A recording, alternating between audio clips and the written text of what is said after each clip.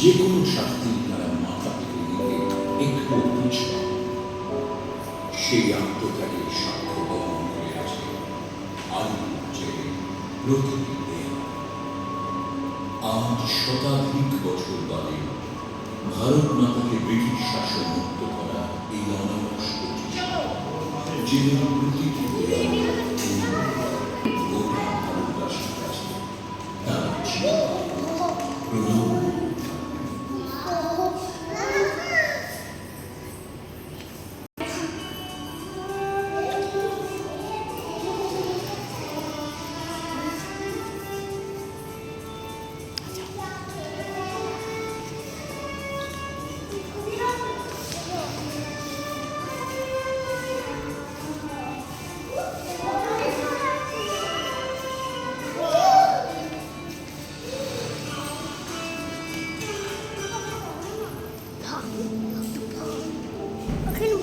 ভারতের স্বাধীনতা সংগ্রামের ইতিহাসে একটি উল্লেখযোগ্য স্থান গ্রহণ করে আছে আলিপুর জেল।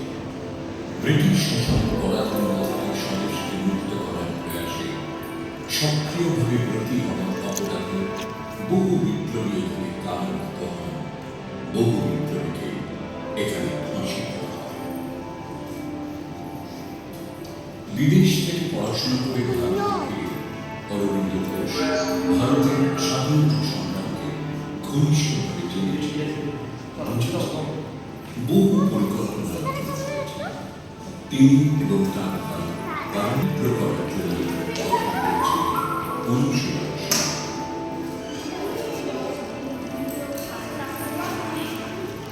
যুবকেরা এখানে শরীর চর্চার অনুশীলন করার জন্য আসত, কিন্তু আসল উদ্দেশ্য ছিল ব্রিটিশ সরকারের বিরুদ্ধে অভিযান চালানোর পরিকল্পনা বাস্তব।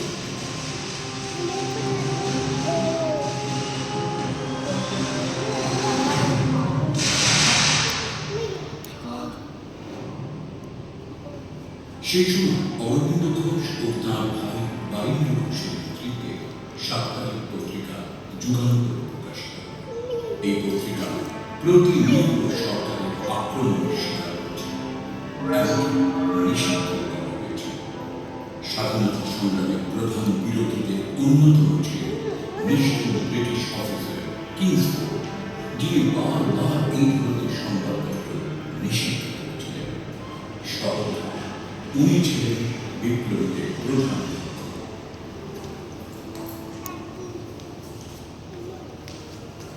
দুই বিপ্লবী ক্ষুদিরাম বোস এবং প্রফুল্ল চাকি কিংসফোর্ডকে বোমা দিয়ে দেওয়ার চেষ্টা করেছিলেন, কিন্তু তারা ব্যর্থ হন।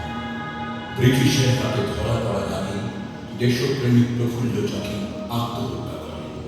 19 বছর বয়সী যুবক ক্ষুদিরাম বোস ব্রিটিশের হাতে বিচারে তার ফাঁসি। ব্রিটিশরা অভিযান চালিয়ে অনেক সক্রিয় সালে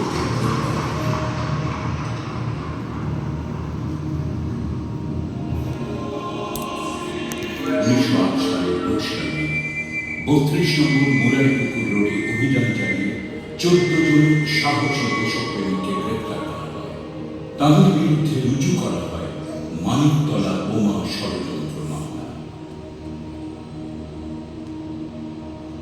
আজ আপনি যেখানে বসে আছেন, এখানে 30 জন সাহসী বন্দী ছিলেন।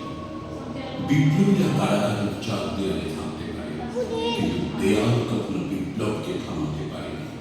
বিপ্লব ঝড়ের মতো ছড়িয়ে পড়েছিল চারিদিকে।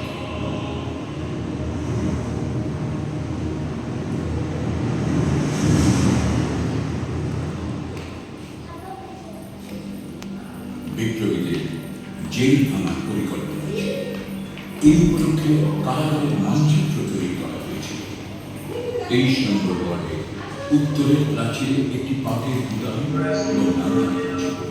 উত্তরের প্রাচীর থেকে বন্দীদের যাওয়ার পথ পরিষ্কার প্রস্তাবিত ছিল, যেখান থেকে সহজেই পালানো সম্ভব। গুপ্ত এজেন্সির দ্বারা গোপনে বালিশে লুকিয়ে রাখা 7টি পিস্তল, দড়ির মুখ এবং বোমা তৈরির উপকরণ কারাগারে পাঠানোর প্রস্তুতি নেওয়া হল। অরবিন্দ এবং বারীন্দ্র ঘোষ 30 জন বিপ্লবী ছিল এই জেলে।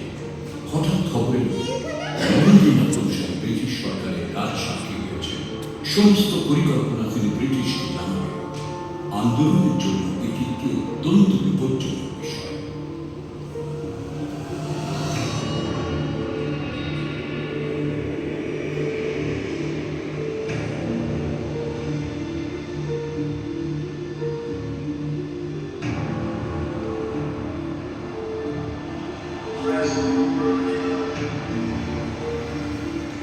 বিপ্লবীরা নরেন ঘোষালকে হত্যার পরিকল্পনা করেছে। কানাইলাল দত্ত এবং সত্যেন্দ্রনাথ বসু নরেন ঘোষালকে হত্যার উদ্যোগ নিয়েছিল।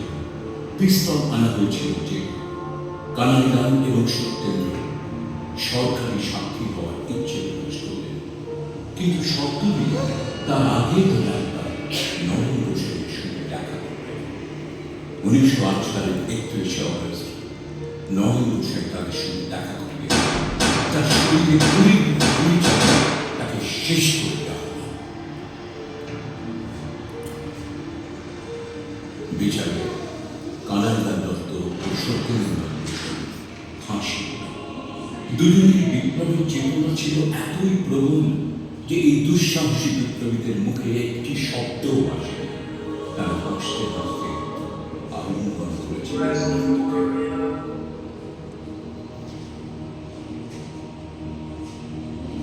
মানিকতলা বোমা ষড়যন্ত্র মামলায় অনেক বন্দীকে কারাবান্ধিতে পাঠানো হয়েছিল। অনেককে প্রথমে মৃত্যুদণ্ড দেওয়া হয়েছিল, পরে তা কারাবান্ধিতে পাঠানো এবং অন্যান্য শাস্তিতে রূপান্তরিত করা হয়েছিল। অরবিন্দ ঘোষের মামলা করেছিলেন প্রখ্যাত আইনজীবী চিত্তরঞ্জন দাস।